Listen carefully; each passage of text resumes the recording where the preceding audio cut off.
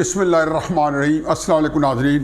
आज जो सबसे चस्केदार ख़बर या मिसाल वाली ख़बर वो तो इमरान खान साहब की इस्लामाबाद हाई कोर्ट में पेशी और गैर मशरूत माफ़ी। फिर इमरान खान साहब, आपको पता है, जब माफ़ी मांगते हैं तो फिर जो काम भी करते हैं तो सलीके से करते हैं और उसकी कोई हद नहीं होती।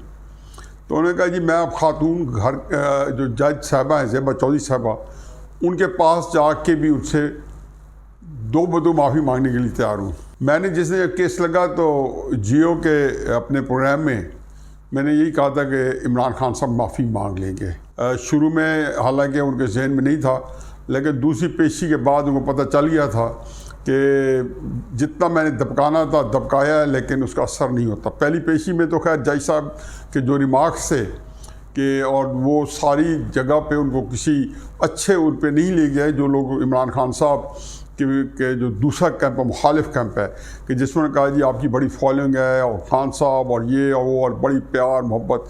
अब तो दूसरी पेशी में जब उन्होंने देखा कि इसके बावजूद इमरान खान साहब ने माफ़ी नहीं मांगी, बल्कि वो तो आसमान पे चढ़ गए थे, तो उसमें उन्होंने इतना ज़रूर किया कि थोड़ा सा कह दिया कि मैं रिग्रेट है मुझे, और साथ में जस्टिफाई भी किया। तो जज साहब को गुस्सा आ गया कि उनके पास इसके अलावा चारा नहीं था। पहली दो बातें ज़हन में रखें कि इसी इस्लामाबाद हाई कोर्ट में दो केसेस चल रहे हैं तौहीन के।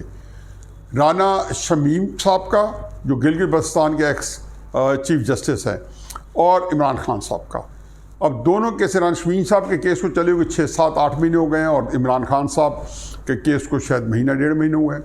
दोनों पे उन्होंने नोटिस जो है इस्लामाबाद हाई कोर्ट ने खुद ही लिया है और उनको इमरान खान साहब को शोकाजी भिजाया है। राना तनवीर शमीम साहब को उन्होंने जो है वो बनफ़्स फीस जब भी पेश हुए हैं। दोनों में आप इसी हाई कोर्ट का रवैया देख लें। राना शमीम साहब के साथ बड़ा डेरोगेटरी होता है, तौहीन आमेज़ होता है और उनकी बड़ी इंसल्ट की जाती है। आप देख लें, प्रोसीडिंग करवा लें। मुझे ये नहीं पता कि फैसले क्या होंगे। राना शमीम साहब ने भी माफ़ी मांगी है, तो माफ़ी भी उन्होंने जब जमा कराई है 2 जवाबों के बाद। पहले उन्होंने भी इसी तरीके से किया, लेकिन 2 जवाबों के बाद जब माफ़ी मांगी है तो कोर्ट ने उसको बताया कि जी हम इसके बारे में बताएंगे कि जी ये हम इसके ऊपर क्या फ़ैसला करना है। पहले आप ये सारा कुछ जो कहना चाह रहे हैं लिख के दे दें।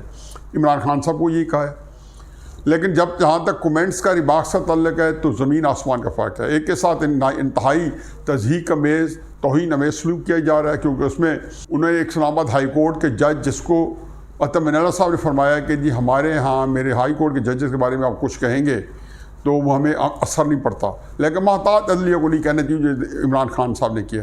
तो इसमें उन्होंने ये बताया कि साकिब निसार साहब को फ़ोन आया था किसी इस्लामाबाद हाई कोर्ट के जज का, तो उसको जिसका नाम शायद उन्होंने नहीं लिया, एक एफिडेविट जमा कराया उन्होंने लंदन में बयान हल्फी के मेरे मरने के बाद ये तश्त बाम किया जाए। ये पहली जो सामने आ गया कि साकिब निसार साहब फ़ोन पे उनको इंस्ट्रक्शन दे रहे हैं कि नवाज शरीफ साहब के फ़ैसले में क्या क्या क्या क्या करने हैं, क्या हुआ क्या नहीं हुआ, कि उनका ख्याल था कि जी कोई बेल नहीं लेनी, कुछ नहीं करना, वॉटेवर, और मेहनत अकारत नहीं जानी चाहिए। अब वो जब आया सब कुछ, साकिब निसार साहब जो कई ऑडियो वीडियो चलते रहे, उसके बाद कई और सबूत भी आते रहे, कतई नज़र उसके कि अदालत ने इस तरह शेख पाया कि जिस तरह होना चाहिए।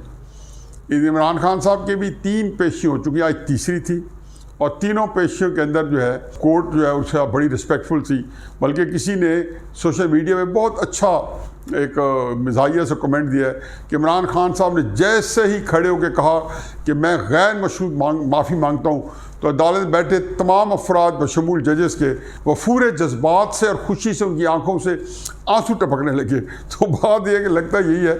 बहरहाल फिर भी मुझे उम्मीद यही है कि जो भी फैसला होगा वो अदालत जो है उसके ऊपर जो मेरिट है उस पर करेगी, क्योंकि सुप्रीम कोर्ट के जो फैसले हैं वो प्रेसिडेंट बन चुके हैं। 3 केसेस में उनमें 4 केसेस हैं। एक कसूर से कोई मुस्लिम नून के MNA थे, उनके बारे में उनको डिस्क्वालीफाई किया गया था, तलाल चौधरी साहब को, दानियाल अजीज़ को और निहाल हाशमी साहब को, और एक कसूर के कोई MNA हैं। अब इन सारों को चारों में कुछ में गैर मशरूत माफ़ी मांगी गई निहाल ने, और निहाल ने कोई नाम नहीं लिया, जनरलाइज बात की थी। इमरान खान साहब ने ललकार के हवा में ठहरा के नाम लिया और 3-4 जलसों में उसकी वो तायीद करते रहे और उसको बार बार दोहराते रहे और कहते रहे कि जी मैं ये क्या हो गया कि मैंने ले लिया नाम। वो इतना एडामेंट था, पहला जवाब ही उनका यही था कि वो डट के खड़ा है कप्तान, तो वो डट के खड़े थे कप्तान। अच्छा खैर, किसी को नहीं पता कि कप्तान पहले भी इसी तरीके से पाँव पकड़ चुके हैं कई जगह लोगों के। वो पाँव पकड़ने का इशू नहीं है, वो फिर कपड़े झाड़े खड़े हो जाते हैं। आज देखा नहीं है फैसल जावेद जो है अदालत के बाद जो उनके स्टेज सेक्रेटरी होते हैं जलसों के, और बाद में उनको सेनेटर बना दिया गया। तो फैसल जावेद साहब क्या फरमाते हैं कि हमारा इमरान अपने मौक़िफ़ पे डटा हुआ है, आज अदालत में जो भी कही हमारा मौक़िफ़ है। अब क्या इनका क्या बिगाड़ सकता है? उसी बात को माफ़ी को बैन कह रहे थे कि हम अपने मौक़िफ़ से नहीं हटे। तो इनका बहरहाल अल्लाह ताला ही लोगों को निपटे कि ये किस मिट्टी के बने हुए हैं। चलो खैर, एनीवे, तो फवाद चौधरी साहब ने तो कहा था कि माफ़ी तो जजेस को मांगनी चाहिए। आज उन्होंने फिर कहीं इंटरव्यू दिया और हामिद खान साहब पे उन्होंने बहुत गलीज़ किस्म की ज़बान इस्तेमाल की। हामिद खान साहब ने अपनी किताब में लिख दिया था कि जब फवाद चौधरी साहब के चचा थे chief justice Lahore high court, मेरे ख्याल में कुछ मुशर्रफ दौर में 5-6 साल वो चीफ जस्टिस रहे लाहौर हाई कोर्ट के। तो हामिद खान साहब ने किताब में लिखा कि पूरे वकीलों में ये मशहूर थे फवाद चौधरी साहब के, उनके फ्रंट मैन के तौर पे, यानी कि वो गलत काम के सिलसिले में फ्रंट मैन थे। तो बड़ा इससे पहले हामिद खान अदालत में कह भी चुके हैं कि हम फवाद चौधरी साहब के बातों के हम ज़िम्मेदार नहीं हैं, ना उनकी कोई अहमियत है। तो उन्होंने आज हामिद साहब को कहा कि गुग्गू घोड़ा भाई, हामिद खान साहब का जो स्टेटस है वकला बरादरी में, उनका मुखालिफ हो जो हक में, उनको पता है कि वो किस स्टेचर के आदमी है।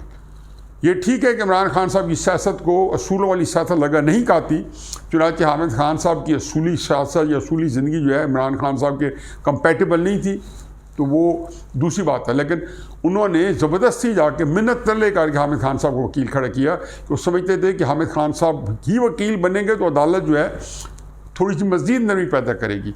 उस तरह उनके बारे में इस तरह की कलमात कहना, और मुझे हकीकत यह है कि इमरान खान साहब इन बातों को डिस्करेज नहीं करते। मैं ये नहीं कहता हूँ कि अक्सर वो खुद ही कहते हैं ये कहो, कहते हुए कई जगहों पे खुद भी कहते हैं कि वो कहते हैं तुम ये कहो, आप ये कहो, आप हॉक्स बन जाओ और जो है सख्त ज़बान इस्तेमाल करो, दूसरों को आगे आप डव बन जाओ और नरम ज़बान आप सुलझू बन जाओ।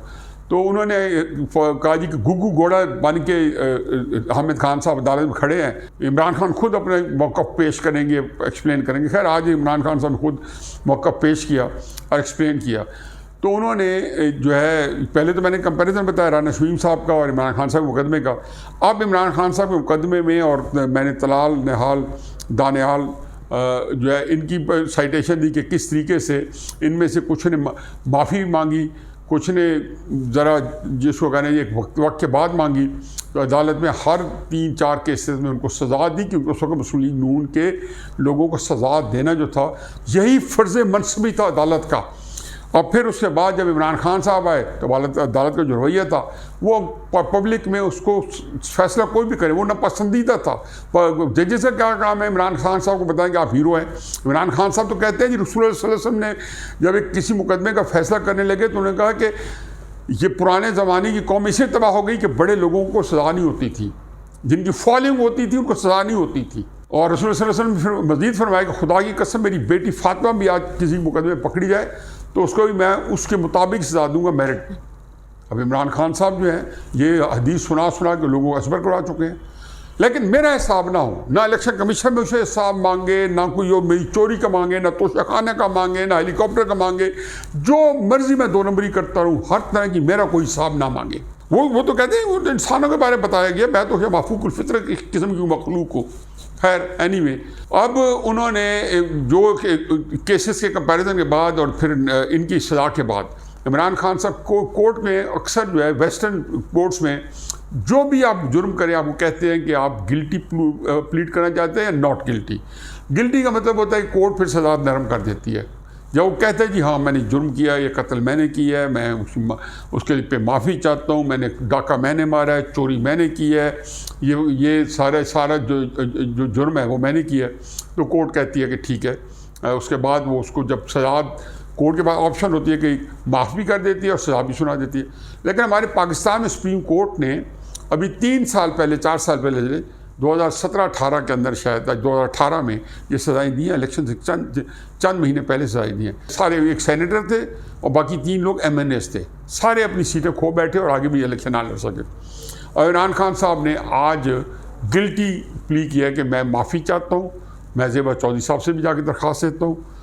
कोर्ट क्या फ़ैसला करती है ये अदालत के पास है।